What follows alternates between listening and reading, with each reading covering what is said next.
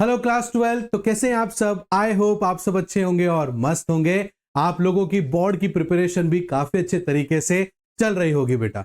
तो आइए आज की इस क्लास में कंपनी अकाउंटिंग स्टार्ट करते हैं या अकाउंटिंग ऑफ कंपनी स्टार्ट करते हैं।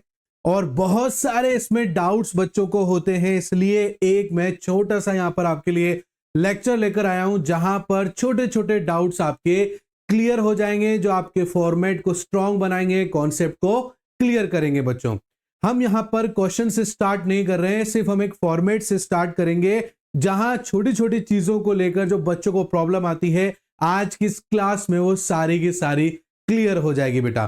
तो चलिए जल्दी से स्टार्ट करते हैं। क्लास को लास्ट तक जरूर देखना बच्चों, आपके सारे के सारे डाउट बहुत अच्छे तरीके से क्लियर होने वाले हैं। तो चलिए स्टार्ट करते हैं कंपनी अकाउंटिंग को। यहां पर दो हम एक साथ चैप्टर में आपको कॉन्सेप्ट समझाऊंगा बेटा, क्योंकि मोस्ट प्रोबेबली दोनों में लगभग सेम ही होता है फॉर्मेट को लेकर, क्योंकि ये हमारा जो कंपनी अकाउंटिंग है पूरा जनरल बेस्ड यहां पर जो है हमारा रहता है बेटा। तो जनरल अगर हमारी स्ट्रांग है तो हम इस चैप्टर को बहुत आसान तरीके से कर सकते हैं बच्चों। बट उसके अंदर भी कुछ टॉपिक्स होते हैं, जैसे फॉर फीचर का, जैसे कि री इशू का, री इशू एट प्रीमियम का। तो यहां पर बच्चे जनरली बहुत कंफ्यूज हो जाते हैं, तो उसी चीज को हम लोग यहां पर इंप्रूव करेंगे ताकि आप लोगों को आगे जाकर क्वेश्चंस करने में दिक्कत ना आए बच्चों। तो पहले हम स्टार्ट करते हैं हमारी एक्सट्रैक्ट बैलेंस शीट से। आप सभी को पता है हमारी अकाउंटिंग ऑफ कंपनी के अंदर यहां पर एक्सट्रैक्ट बैलेंस शीट बनाई जाती है, जहां पर एक पर्टिकुलर फॉर्मेट होता है। बट जनरली इतना लंबा फॉर्मेट, इसका फॉर्मेट तो वैसे एक्सट्रैक्ट बैलेंस शीट का बहुत बड़ा होता है बेटा, बट यहां पर जनरली हमें हमारे कैपिटल, हमारे जो शेयर कैपिटल है उसकी एंट्री करनी होती है। तो उसी हिसाब से हम लोग यहां पर फॉर्मेट आपको बता रहे हैं हमारी एक्सट्रैक्ट बैलेंस शीट का। तो ये एक्सट्रैक्ट बैलेंस शीट का हमारा एक नॉर्मल सा फॉर्मेट है बच्चों, ठीक है ना, कि आप इस तरीके से अपना जो है फॉर्मेट यहां पर बनाएंगे। ये इस तरीके से यहां पर प्रिपेयर करना है आपको अपने एक्सट्रैक्ट बैलेंस शीट का, ठीक है। तो इस तरीके से आपको यहां पर जो है अपना एक्सट्रैक्ट बैलेंस शीट यहां पर बनाना है, ठीक है। यहां पर आपका अमाउंट आएगा कौन सा बेटा?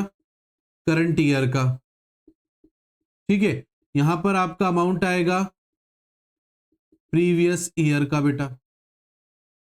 यहां पर ये नोट नंबर आएगा बेटा, ठीक है। यहां आप चाहे तो पर्टिकुलर लिख सकते हो बेटा, ठीक है। ये आपकी एक्सट्रैक्ट बैलेंस शीट हो जाती है बेटा, जिसमें आपको यहां पर एज एट 31 मार्च और जो भी ईयर होता है वो आप यहां पर लिखेंगे बच्चों। Is that clear? उसके बाद में यहां पर पहला टॉपिक आता है इक्विटी एंड लायबिलिटी। क्या आता है बेटा पहला आपका यहां पर? इक्विटी एंड लायबिलिटीज,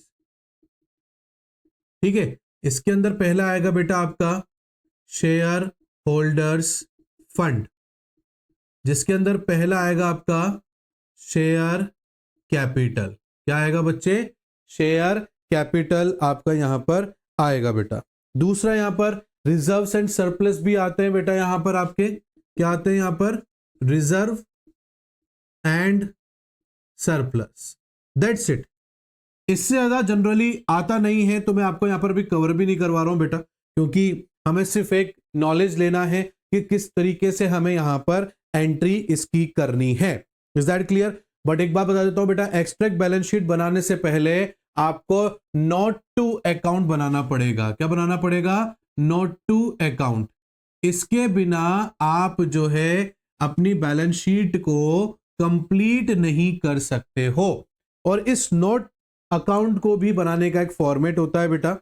इसमें भी जनरली आपके दो कॉलम्स होते हैं इस तरीके से, ठीक है ना। नोट टू अकाउंट अगर आपने बना लिया तो फिर आप क्या कर सकते हो बेटा, आप जो है यहां पर बैलेंस शीट को मेंटेन कर सकते हो। तो पहले यहां पर जो आएगा बेटा वो आएगा आपका शेयर कैपिटल। क्या आएगा बच्चों? Share capital. इस शेयर कैपिटल में पहला आपको लिखना है ऑथोराइज्ड कैपिटल के बारे में, ठीक है ना, कि आपको सेबी ने कितना ऑथोराइज कर रखा है बेटा, उसके बारे में आप यहां पर लिखोगे। उसके बाद में आप यहां लिखोगे इशूड कैपिटल के बारे में, कि आपने कितना इशू किया है, उसके बारे में आप यहां पर अपनी जानकारी दोगे बेटा। अब जरूरी नहीं है बेटा कि जितना आप इशूड करोगे, जितना आप इशूड करोगे शेयर होल्डर उतना ही परचेस कर लें, ऐसा कोई जरूरी नहीं है। इसलिए हम लोग यहां पर जो है सब्सक्राइब्ड कैपिटल का भी एक टॉपिक डालते हैं। किसका टॉपिक डालते हैं बेटा? सब्सक्राइब्ड कैपिटल का भी एक टॉपिक हम लोग यहां पर डालते हैं। इज दैट क्लियर बेटा? तो सब्सक्राइब में जरूरी नहीं है, जैसे सपोज करो कंपनी ने 1 लाख इक्विटी शेयर इशू किए हैं। क्या किए बेटा? कंपनी ने 1 लाख इक्विटी शेयर इशू किए हैं, तो ये तो हो गया इशूड कैपिटल। ठीक है, सपोज करो उस कंपनी को मार्केट से 2 लाख इक्विटी शेयर इशू करने की अनुमति है, मतलब 2 लाख शेयर वो इशू करके 10 रुपए के भाव से मार्केट से 20 लाख रुपए वो उठा सकता है। That is called authorise capital. तो अथोराइज कैपिटल की हम यहां एंट्री करेंगे। अब जरूरी नहीं बेटा अगर अपन ने 1 लाख शेयर्स इशू करें तो हमारे 1 लाख के 1 लाख शेयर्स सेल हो जाए, ऐसा जरूरी नहीं होता है। हो सकता है कई बार 80,000 शेयर हमारे इशू हो जाए, हो सकता है 70,000 शेयर हमारे इशू हो जाए बेटा। तो ये सब्सक्राइब्ड होते हैं बेटा। अब इसमें क्या होता है बेटा, जितने सब्सक्राइब हो रहे हैं उतना करेंगे। कई बार इसमें ये भी होता है बेटा सब्सक्राइब हो जाते हैं बट फुल्ली पेडअप नहीं हो पाते, क्योंकि बीच में कोई शेयर होल्डर जो है कोई ना कोई सा कॉल, चाहे वो आपका अलॉटमेंट कॉल हो, चाहे फर्स्ट कॉल हो, चाहे फाइनल कॉल हो, उसमें से कोई भी कॉल उसने कोई भी एक मिस कर दिया हो, पेमेंट नहीं किया हो, तो वो फुल्ली पेडअप नहीं हुआ। तो फुल्ली पेडअप वाले को, फुल्ली नॉट पेडअप वाले को भी हम क्या करेंगे, सब्सक्राइब में से कॉल इन एरियर जिसको अपन बोलते हैं वो लेस करके एग्जैक्ट अमाउंट हम निकालेंगे सब्सक्राइब कैपिटल के अंदर कि हमारे पास में, मतलब हमारे पास मतलब कौन, कंपनी के पास में कितना पैसा आया है। इज दैट क्लियर बेटा? यहां तक बात समझ में आई बेटा आप लोगों को? तो ये आपका जो है एक्सट्रैक्ट बैलेंस शीट हो जाती है और ये आपका नोट टू अकाउंट हो जाता है। बच्चों को जनरली यहीं पर ही कंफ्यूजन रहता है सब्सक्राइब में क्या करें बेटा। अब देखो बेटा यहां पर क्या होता है, बहुत से लोग सब्सक्राइब कैपिटल में जितना सब्सक्राइब होता है ना वो लिख देते हैं, फिर बाद में सब्सक्राइब्ड और नॉट फुल्ली पेड अप को भी एंट्री कर देते हैं। तो आप चाहो तो इसके अंदर भी लेस करके भाई कितना पैसा हमें शेयर होल्डर से लेना था, कितना उसने कॉल इन एरियर का जमा नहीं कराया, कितना उसका हमारे पास एक्चुअल में रिसीव्ड हुआ है, उसे हम ऐड करके लिख सकते हैं। डायरेक्टली ऐसे भी कर सकते हैं। ये तो बहुत से लोग subscribe not fully paid up के नाम से भी इसको करते हैं। इज दैट क्लियर बेटा? बात समझ में आई आप लोगों को? चलो अब देखो बेटा इसकी शुरुआत जो है हमारे शेयर्स की, अब चाहे अपन डिबेंचर की बात करें बेटा, चाहे अपन इक्विटी की बात करें, इसमें 3 तरीके से कंपनी जो है आपसे पेमेंट ले सकती है। 3 तरीके क्या होते हैं सर? तो 3 तरीके के ऊपर बात कर लेते हैं बेटा। 3 तरीके बेटा, पहला होता है एट पार, दूसरा होता है एट प्रीमियम, तीसरा होता है बेटा यहां पर एट डिस्काउंट।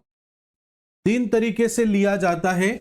एक होता है बेटा एट पार। एट पार का मतलब यहां पर क्या हो गया, मैं जो शेयर बेच रहा हूं उस एक शेयर की कीमत है 100 रुपए, है ना। एक शेयर की कीमत कितनी, 100 रुपए, और मैं पब्लिक से भी कितने मांग रहा हूं बेटा, 100 रुपए के 100 रुपए ही मांग रहा हूं। That is called at par, मतलब जितने की वैल्यू है उतना ही मैं मांग रहा हूं पब्लिक से या शेयर होल्डर से। That is called at par. उसके बाद होता है बेटा एट प्रीमियम, जिसको सिक्योरिटी प्रीमियम के नाम से बोलते हैं बेटा। सपोज करो आपके एक शेयर की कीमत है 100 रुपए, बट आप 100 रुपए में एक्स्ट्रा 20 रुपए और मांग रहे हो, मतलब टोटल आप कितना मांग रहे हो, 120 रुपए आप मांग रहे हो बेटा।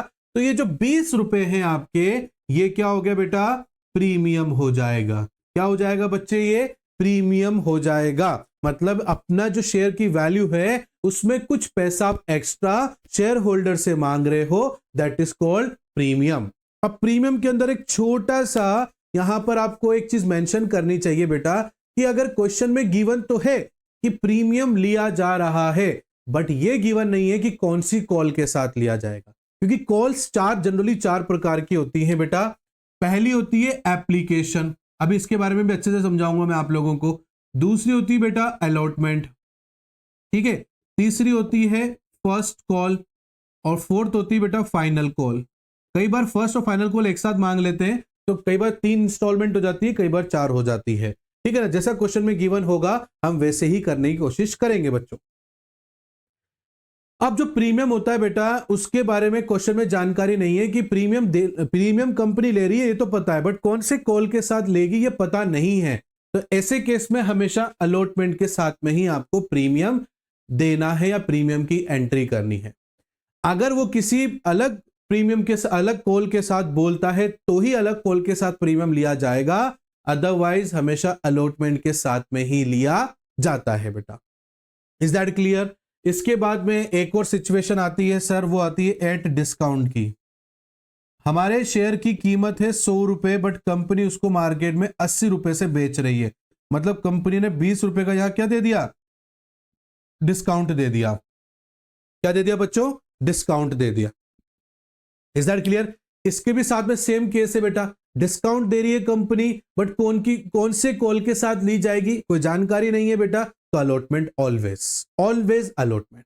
इज दैट क्लियर बेटा? चलो ये अपनी चीज कंप्लीट हो गई। आई होप आपको समझ में आ रहा होगा बेटा। समझ में आ रहा है तो बेटा प्लीज लाइक जरूर करना, कमेंट करके जरूर बताना क्लास कैसी लग रही है बेटा। ये मेरे दोनों टॉपिक अकाउंट से कंप्लीट हो जाएंगे बेटा। उसके बाद में मैं आप लोगों के लिए इंपॉर्टेंट क्वेश्चन भी लेकर आऊंगा जो मैं आपके साथ यहां पर डिस्कस करने वाला हूं बेटा। तो साथ में बने रहना बेटा। आपकी जनवरी की प्रिपरेशन में हम आपका पूरा साथ देंगे बेटा, ताकि आपके हर चीज अच्छे से कंप्लीट हो सके। बट समय की कमी है बेटा, इसलिए हम सब चीजों को इस तरीके से मैनेज कर रहे हैं ताकि अच्छे से अच्छा कंटेंट, अच्छे से अच्छी क्लास आपके तक पहुंचाई जा सके बेटा। तो चलो बेटा स्टार्ट करते हैं। यहां पर अब 4 तरीके से, मतलब मोस्ट प्रोबेबली 4 या फिर 3 इंस्टॉलमेंट में ही पैसे लिए जाते हैं बेटा। ठीक है ना? या तो 3 में लिए जाएंगे या 4 इंस्टॉलमेंट में लिए जाएंगे। देखो बेटा, अगर किसी कंपनी का मुझे शेयर खरीदना है तो सबसे पहले वहां पर बातों से काम नहीं चलता है। अगर किसी कंपनी का शेयर मुझे खरीदना है तो मुझे पहले उसका एक एप्लीकेशन मनी देना पड़ेगा। इसको आम भाषा में अपन टोकन मनी बोलते हैं। जैसे अपन कोई लैंड खरीदना चाहते हैं, अब लैंड मुझे पसंद आ गया है, मुझे वो खरीदना है, तो बोलने से बातें नहीं होंगी। मुझे क्या करना पड़ेगा, उसका एक टोकन मनी देना पड़ेगा, एक एडवांस मनी देना पड़ेगा कि भैया ये मेरे लिए बुक कर लो। तो इसको आप एप्लीकेशन को बुकिंग अमाउंट भी मान सकते हो। तो वहां बातों से बात नहीं चलती, वहां आपको पैसे जमा कराने पड़ते हैं। तो अगर कोई कंपनी का शेयर मैं खरीदना चाहता हूं तो कंपनी का एप्लीकेशन मुझे जमा कराना पड़ेगा जितना शेयर मैं खरीदना चाहता हूं। अब एप्लीकेशन अमाउंट कंपनी अपने अकॉर्डिंगली डिसाइड करती है। जैसे सपोज करो 10 रुपए ओवरऑल एक शेयर की कीमत है। कितने शेयर की कीमत है बेटा? 10 रुपए शेयर की कीमत है। कंपनी जो है यहां पर 3 रुपए एप्लीकेशन पे, 2 रुपए अलॉटमेंट पे, 3 रुपए फर्स्ट कॉल पे और 2 रुपए यहां पर फाइनल कॉल पे ले रही है कंपनी। Is that clear? और मैं सपोज करो मैं कंपनी के 100 शेयर खरीदना चाहता हूं तो मेरे को एप्लीकेशन का पैसा जमा कराना पड़ेगा 100 शेयर का 3 रुपए के हिसाब से। मतलब मुझे 300 रुपए कंपनी के पास जमा कराने पड़ेंगे। ये पहला पैसा है जो मेरा कंपनी के पास जमा हो गया है बेटा। एंट्रीज भी बताऊंगा मैं आप लोगों को सबकी, एक बार तो सबकी बता दूंगा बेटा। उसके बाद में जैसे जैसे क्लासेस आएंगी ना, मतलब जैसे जैसे टॉपिक्स आएंगे तो मैं उसकी भी आपको एक्सप्लेन करता हुआ चलूंगा। बाकी बहुत आराम से, बहुत तरीके से, बहुत अच्छे तरीके से हम समझने की यहाँ पर कोशिश करेंगे बेटा। लास्ट तक जरूर देखना, आपके सारे डाउट क्लियर कर दूंगा बेटा मैं। ठीक है बेटा? अब उसके बाद में क्या होगा, कंपनी ने मुझसे जो है कंपनी ने मेरे को एप्लीकेशन का पैसा जमा कराया, तब कंपनी बोल रही है कि मैं आपको 100 शेयर दे रही हूं। पहले अपन को एप्लीकेशन पैसा जमा करा के इंटरेस्ट दिखाना पड़ेगा उस चीज को शेयर के अंदर। फिर कंपनी मुझसे बोलेगी ठीक है सर, आप हमारी कंपनी के 100 शेयर ले सकते हो। तो 100 शेयर के हिसाब से उसके अलॉटमेंट का भी पैसा आप हमारे पास जमा करा दो। तो मैंने 2 रुपए के हिसाब से 200 रुपए कंपनी के पास जमा करा दिए। फिर कंपनी बोलेगी सर आपने 100 शेयर खरीदे थे, अब कंपनी जो है फर्स्ट कॉल मांग रही है, तो फर्स्ट कॉल के हिसाब से आपके 300 रुपए बनते हैं, प्लीज आप वो जमा करा दो। हमने वो भी करा दिए बेटा। ऐसे ही कंपनी ने लास्ट फाइनल कॉल मुझसे मांगा, 2 रुपए फाइनल कॉल पे, 200 रुपए मैंने जमा करा दिए बेटा। तो ऐसे करके मैंने जो है ओवरऑल, जैसे 100 शेयर लिए थे, एक शेयर की कीमत 10 रुपए, मतलब मुझे 1000 जमा कराने थे। तो इस तरीके से करके मैंने पूरे 1000 कंपनी को जमा करा दिए और इन शेयर्स के ऊपर मैंने अपना कंट्रोल ले लिया है। तो ऐसे 4 या 3 इंस्टॉलमेंट में कंपनी जो है पैसे मांगती है। अब बेटा जरूरी नहीं है, कंपनी के ऊपर डिपेंडेंट है। 4 ऐसे केस बना दिए, कभी बार कंपनी जो है एप्लीकेशन और अलॉटमेंट दोनों एक साथ मांग के पूरा पैसा ही मांग लेती है उसमें। तो ऐसे भी करती है कंपनी। अब जरूरी नहीं कि एप्लीकेशन होगा, फिर अलॉटमेंट होगा, फिर फर्स्ट कॉल होगा, फिर फाइनल कॉल होगा, नहीं, ये तो एक प्रोसीजर है। अगर कंपनी एक साथ में सारा पैसा लेना चाहे तो एक साथ में भी ले सकती है बेटा। ठीक है, डिपेंड करता है कंपनी के ऊपर। यहां तक बात क्लियर हुई बेटा? यहां मैंने आपको क्या समझाया? 8 पार के बारे में, प्रीमियम के बारे में, डिस्काउंट के बारे में और कंपनी कॉल कैसे लेती है उसके बारे में मैंने आपको समझाया। अब देखो बेटा, यहां पर मैं इसी टॉपिक से आपको जर्नल एंट्री भी करके दिखाता हूं, जो कि कैसे जर्नल एंट्री मेंटेन की जाती है। ठीक है ना? सपोज करो मैं जो शेयर खरीद रहा हूं वो कंपनी 8 पार पे, मतलब 10 रुपए का शेयर है, 10 रुपए में बेच रही है। तो ऐसे केस में पूरी जर्नल एंट्री कैसे होगी वो देख लो बेटा। मैं विदाउट फॉर्मेट बना रहा हूं, आपको फॉर्मेट बना के ही करना है एग्जाम में।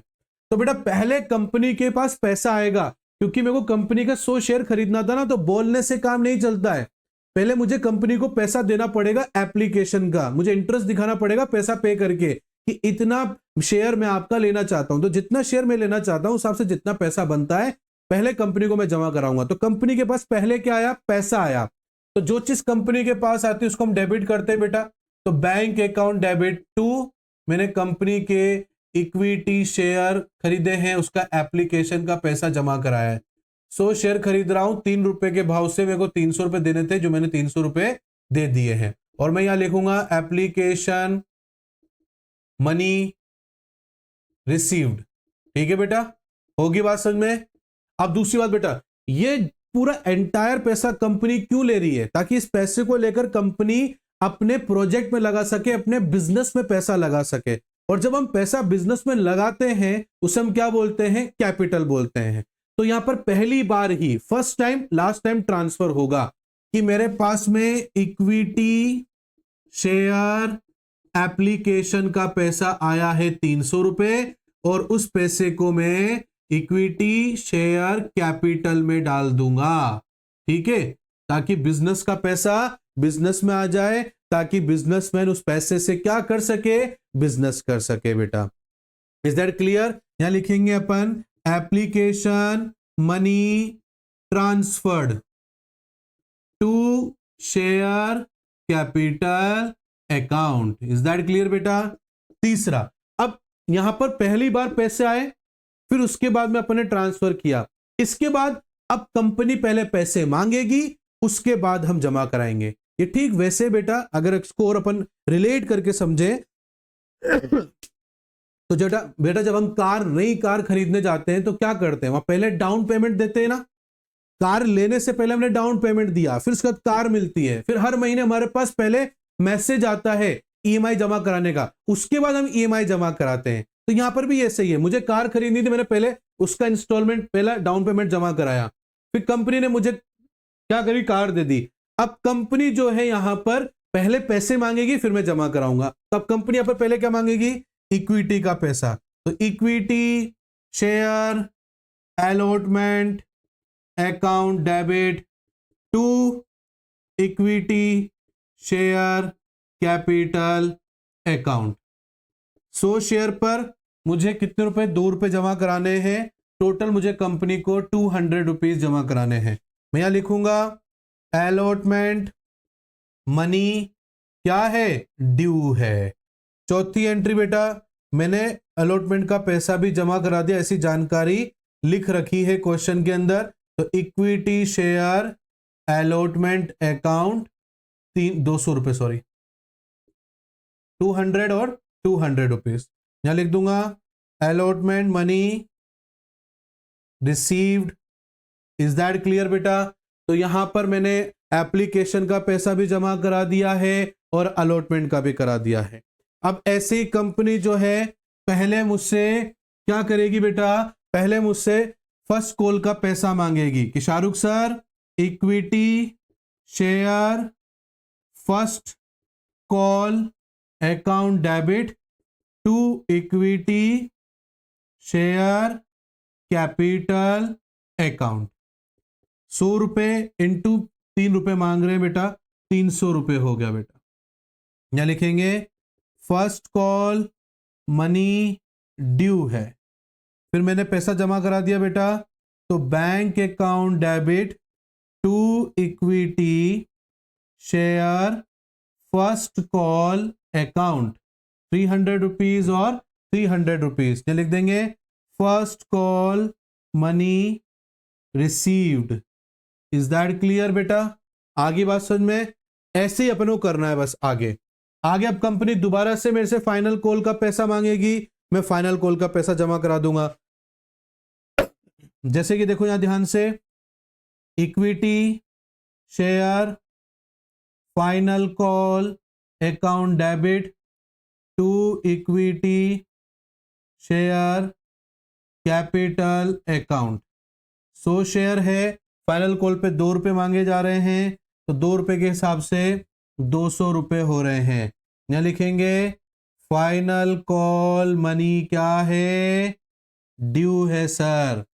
और फिर इसका हमने पैसा भी जमा करा दिया बेटा, तो यहां लिखूंगा मैं bank account debit to equity share final call account. कितने रुपए हुए, 200 रुपए। ये मैंने 200 रुपए कंपनी के पास जमा करा दिए। यहां लिख दूंगा final call money received. Is that clear बेटा? ये इस तरीके से एक, चाहे डिबेंचर्स हो, चाहे इक्विटी हो, चाहे प्रेफरेंस शेयर्स हो, उनमें इस तरीके से सभी कॉल्स की जर्नल एंट्री करते हैं बेटा। Is that clear? I hope आपको ये सब चीजें अच्छे से समझ में आई होगी बेटा। फिर भी अगर आपको कोई डाउट रहता है तो आप मेरे से जो है कमेंट करके पूछ सकते हो बेटा, मैं डेफिनेटली आपको वहां पर जवाब जरूर दूंगा बेटा। ठीक है, अब देखो बेटा कुछ चीजें, ये तो हमने 8 पार के केस में किया था कि ये हमारा एक 8 पार केस था। Is that clear? इसके बाद हम बात करेंगे यहां पर बेटा प्रीमियम की। तो प्रीमियम में हर चीज सेम है, ये सब चीजें सेम है, बट अलॉटमेंट के अंदर कुछ चेंजेस है। अब पता है आपको, बच्चे कंफ्यूज क्या होते हैं, यार सिक्योरिटी प्रीमियम डेबिट होता है कि क्रेडिट होता है, हो जाते हैं बच्चे कंफ्यूज। आपको लगेगा सर मैं तो नहीं होता, हाँ बेटा नहीं होते होंगे आप, बट ऐसे बहुत सारे बच्चे हैं ड्यू टू एग्जाम प्रेशर, या आप एग्जाम्स अटेंड कर रहे हो, वहां पर एग्जाम में लिख रहे हो, प्रेशर में होता है इंसान, तो माइंड स्टक हो जाता है कई बार और वो भूल जाता है, क्योंकि उसने वो याद रखा हुआ होता है, रटा हुआ होता है बेटा वो, कि हाँ equity share, sorry security premium जो है वो क्रेडिट होता है, उसने रटा हुआ होता है वो। Is that clear? हमें रटना नहीं, हमें समझना है, समझेंगे तो हमें कोई कंफ्यूजन नहीं होगा। कैसे? आ जाओ बेटा यहां देखते हैं अपन। ठीक है, अब यहां पर अपने पास में ये मैं हटा देता हूं बेटा पूरा चीज ये यहां पर, क्योंकि ये तो सब चीजें सेम रहेंगी। हम ये मान के चलेंगे कि अपन प्रीमियम का पैसा अलॉटमेंट में ही ले रहे हैं। इज दैट क्लियर बेटा? तो देखो बेटा यहां पर सपोज करो यही की यही पूरी सिचुएशन है और यहां पर प्रीमियम लिया जा रहा है, 10 रुपए का एक शेयर है, प्रीमियम लिया जा रहा है एक्स्ट्रा में 1 रुपया, तो टोटल कितने रुपए ले रहे हैं, 11 रुपए ले रहे हैं बेटा। अब यहीं पर ही एंट्री करते हैं, मैं इसको यहां पर एंट्री करके दिखाता हूं बेटा। देखो इक्विटी शेयर अलॉटमेंट, आपको तो टोटल अलॉटमेंट का पैसा जमा कराना ना बेटा, जिसमें अलॉटमेंट का पैसा प्लस प्रीमियम का पैसा जमा होना चाहिए। ये दोनों टोटल एक साथ जमा कराओगे ना, तो एक साथ जमा कराने के लिए आपको क्या करना है, पहले तो यहां पर एंट्री करो इक्विटी शेयर कैपिटल, यहां तो वो अमाउंट लिखो बेटा जो आप अलॉटमेंट में मांग रहे हो। अलॉटमेंट में कितने मांग रहे हैं, 2 रुपए मांग रहे हैं, तो मतलब आप 200 रुपए जमा कराओगे। उसके बाद में टू सिक्योरिटी प्रीमियम रिजर्व बोलते हैं बेटा इसको, वो कितना मांग रहे हैं, वो मांग रहे हैं बेटा 1 रुपया मांग रहे हैं, तो 100 रुपए हो गया।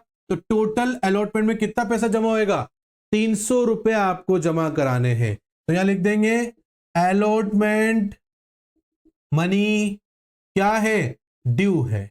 बस जब चौथी एंट्री करेंगे तो उसमें हम क्या करेंगे, जो पैसा है वो हम जमा करा देंगे। अगर क्वेश्चन में लिख रखा है कि अलॉटमेंट का पूरा पैसा जमा हो चुका है, तो यहां पर अपन एंट्री करेंगे कि bank account debit to equity share allotment account, 300 रुपए और 300 रुपए लिख देंगे यहां पर। Allotment money received, that's it. Clear बच्चे? कोई डाउट आप लोगों को? तो इस तरीके से आप याद रखोगे टोटल पैसा कितना लेना है। तो देखो सर 2 रुपए तो अलॉटमेंट का है और 1 रुपए प्रीमियम का है, किस में लेना है, अलॉटमेंट में। तो अलॉटमेंट में दिखाओ ना टोटल पैसा, यहां अलग अलग बता दो कि भाई अलॉटमेंट का तो इतना है, प्रीमियम का इतना है, टोटल 300 रुपए लेने हैं। तो इससे बात पता चल गई सिक्योरिटी प्रीमियम क्या होगा, क्रेडिट होगा बेटा। क्या होगा बेटा, क्रेडिट होगा। Is that clear? आ रही है बात समझ में बेटा आपको? अब ऐसे ही अगर अपन 8 डिस्काउंट की बात करें, किसकी बात करें, 8 डिस्काउंट की बात करें, तो भी उसमें वो कॉन्सेप्ट याद रखना। क्या कॉन्सेप्ट याद रखना है, कि 1 रुपए का डिस्काउंट है, तो अपन को वो भी अगर क्वेश्चन में कुछ नहीं तो अलॉटमेंट में दिखाना है बेटा, वो भी अपन को। तो याद रखना, क्या याद रखना कि टोटल पैसा हमें कितना लेना है, टोटल पैसा हमें कितना लेना है। तो देखो बेटा यहां पर तीसरी entry, equity share allotment account debit to, थोड़ा सा नीचे यहां पर लिखूंगा मैं थोड़ा सा भी, to equity share capital. Actual value कितनी है अलॉटमेंट की बेटा, 2 रुपए है, तो 100 रुपए इंटू 2 रुपए, सॉरी 100 शेयर इंटू 2 रुपए, 200 रुपए लेने हैं मेरे को। बट मुझे यहां पर 1 रुपए का डिस्काउंट मिल गया है, तो मतलब मेरे को यहां पर सिर्फ और सिर्फ 1 रुपया जमा कराना है। तो मैं यहां क्या करूंगा बेटा, 100 इंटू 1 डेबिट, कितना हो गया 100 रुपए। बट देखो डेबिट क्रेडिट साइड बराबर नहीं है, तो मैं यहां पर लिख दूंगा discount on issue of share account bracket 100 into कितना डिस्काउंट है 10, 1 रुपए का है, तो ये 100 रुपए हो गया। क्लियर? बस इसके बाद में बैंक की एंट्री कर देना बेटा, बैंक में अलॉटमेंट क्रेडिट हो जाएगा और बैंक अकाउंट डेबिट हो जाएगा बेटा। That's it. ये बता देता हूं मैं यहां पर भी करके आपको, ये चौथी एंट्री कि bank account debit to equity share allotment account. Allotment का अमाउंट कितना 100 रुपए, ये 100 रुपए अपन ने लिख दिया, रिसीव्ड हो गया बेटा अपन को। ये क्लियर हुआ बच्चे? तो इस तरीके से हम लोग यहां पर प्रीमियम अलॉटमेंट और डिस्काउंट की एंट्री करते हैं बेटा। अब calls in error, calls in advance की किस तरीके से एंट्री करते हैं, अगर आपको यह भी पढ़ना है समझना है तो कमेंट करके जरूर बताना। नेक्स्ट वीडियो इसी का ही आने वाला है, बट आप मेरे को कमेंट करके बताओ क्लास कैसी लगी और किस किस को जो है calls in error, calls in advance और फॉर फीचर के बारे में अच्छे से समझना है। कमेंट करके जरूर बताना क्लास कैसी लगी, ये भी आप जरूर बताना बेटा। मिलता हूं नेक्स्ट क्लास में, तब तक के लिए thank you and bye bye बच्चों।